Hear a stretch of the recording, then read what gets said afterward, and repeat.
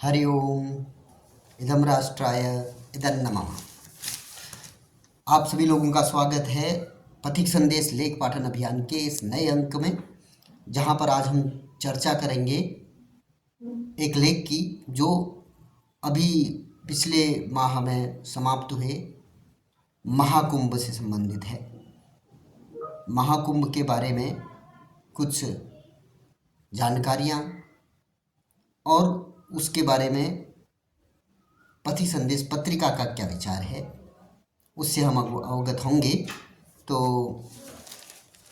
बिना किसी विलंब के प्रारंभ करते हैं लेख पाठन के आज के अंक का।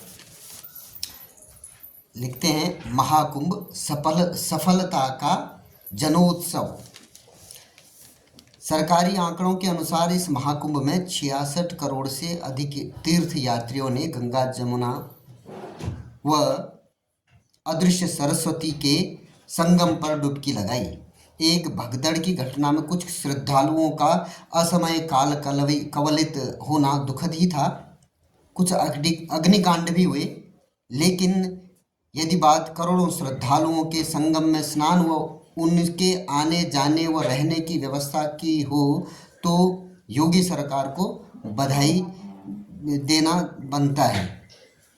रूस, अमेरिका जैसी महाशक्तियों की आबादी से अधिक जनसंख्या का प्रबंधन निश्चय ही एक बड़ी चुनौती थी।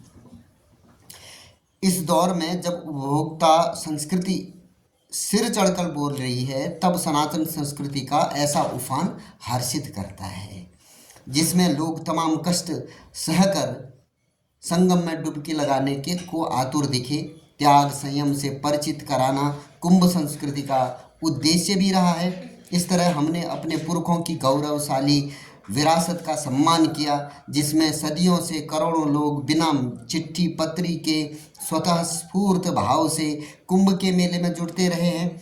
भारतीय संस्कृति में ऐसी क्या खासियत है? महाकुंभ जैसे इतने बड़े आयोजन कैसे सफलतापूर्वक होते हैं, यह देखने पूरी दुनिया के जिज्ञासु, विभिन्न धर्मों के अनुयायी, फोटोग्राफर और पत्रकार सदियों से महाकुंभ में जुटते रहे हैं। महाकुंभ के सफल आयोजन के बाद प्रधानमंत्री नरेंद्र मोदी ने कहा कि इसने पूरी दुनिया को युग परिवर्तन की आहट और विशाल आयोजन की क्षमता से रूबरू कराया है। महत्वपूर्ण यह है कि तीर्थ यात्रियों ने जिस तरह दिल खोल कर खर्चा किया, वो निश्चय ही उत्तर प्रदेश की अर्थव्यवस्था का तारणहार बनेगा। बताते हैं कि इससे प्रदेश की जीडीपी में करीब 4.5 लाख करोड़ रुपए का इजाफा होगा, जो देश की तमाम देशी विदेशी इन्वेस्ट समितियों से कहीं अधिक ठोस आय का स्रोत बना है। कई Guinness book of world records इस महाकुंभ में के नाम हुए। 3 वर्ल्ड रिकॉर्ड प्रमाण पत्र मुख्यमंत्री योगी को सौंपे गए। इस बार के महाकुंभ को टेक्नोलॉजी के महाकुंभ के रूप में भी याद किया जाएगा। महाकुंभ में विशेष एल्गोरिदम के जरिए इस्तेमाल 500 AI कैमरे क्राउड डेंसिटी वो फेशियल रिकग्निशन के लिए इस्तेमाल हुए जिसके जरिए करोड़ों श्रद्धालुओं की गिनती संभव हुई। वहीं बिछड़ों को मिलाने में से परिजनों से मिलाने, आपराधिक गतिविधियों पर अंकुश लगाने में इनकी महत्वपूर्ण भूमिका रही है। निसंदेह इतने बड़े जन सैलाब को संभालना किसी भी सरकार के लिए बड़ी चुनौती होती है, लेकिन भविष्य में महाकुंभ के आयोजन के लिए प्रयागराज महाकुंभ के अनुभवों से सबक लेने की ज़रूरत है। इस बात का वैज्ञानिक अध्ययन होना चाहिए कि भगदड़ को कैसे टाला जाए। आखिर क्यों 200-300 किलोमीटर के जाम लगते रहे हैं? कैसे ट्रेनों का संचालन बिना किसी व्यवधान के किया जाए? महाकुंभ के सफल आयोजन ने बताया है कि देश में धार्मिक पर्यटन की अपार संभावनाएं हैं। देश में महाकाल व काशी गलियारे की तर्ज पर चारों कुंभ स्थलों पर संरचना निर्माण की दिशा में सोचा जाना चाहिए। प्रयागराज महाकुंभ से प्रेरित होकर महाराष्ट्र सरकार ने नासिक में 2027 में होने वाले सिंहस्थ कुंभ की तैयारियों की शुरुआत कर दी है। बहरहाल महाकुंभ को सामाजिक समरसता के उत्सव के रूप में भी याद किया जाएगा। यहाँ जाति, धर्म, क्षेत्र या भाषा की वर्जनाएं टूटती नजर आई। महत्वपूर्ण यह भी कि तीर्थयात्री तमाम कष्टों को सहते हुए सनातन संस्कृति की अटूट आस्था दिखाते रहे। महाकुंभ के समापन पर मुख्यमंत्री योगी आदित्यनाथ का झाड़ू लेकर सफाई में जुटना और सफाई कर्मियों के बीच अपने मंत्रिमंडल के सहयोगियों के साथ भोजन करना एक प्रशंसनीय प्रयास है। कुंभ आयोजन की रीढ़ पुलिसकर्मियों, सुरक्षा कर्मियों, स्वास्थ्य कर्मियों, रोडवेज कर्मियों, सफाई कर्मियों को बोनस, छुट्टी और स्मृति चिन्ह व प्रशस्ति पत्र देना एक अनुकरणीय पहल है। इससे ऐसे आयोजनों के लिए नई ऊर्जा मिलेगी। संभवतः ये पहला महाकुंभ है जो इतने व्यापक रूप में प्रचारित और प्रसारित हुआ और जितनी अपेक्षा थी उससे भी ज़्यादा जन सैलाब वहाँ पहुँचा।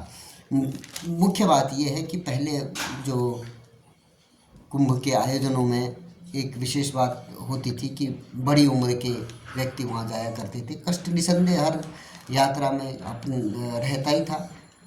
मैं ये नहीं कह सकता हूँ कि इस महाकुंभ के समय में कष्ट नहीं रहा होगा, परंतु एक विशेष बात जो पूरे विश्व ने इस माध्यम से जानी, जो हमें सदियों से पता है कि हमारे जो तिथि त्यौहार हैं उनके जो आयोजन हैं वो समाज के आयोजन हैं।